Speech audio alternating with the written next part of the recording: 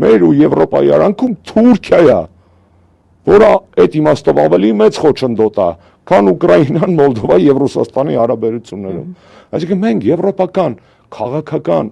այլ ընտրանք չունենք, եւ դա դառը ճշմարտություն է, դա այն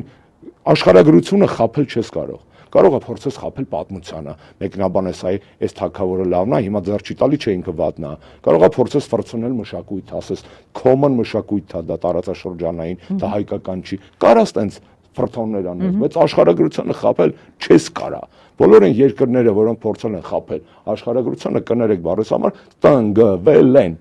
Դա չի խափնվում, աշխարհագրությունը գեոպոլիտիկայի տեսակետից չի խափնվում։ Այն ինչ որ այսօր Հայաստանին հրամցվում է, դա մաքուր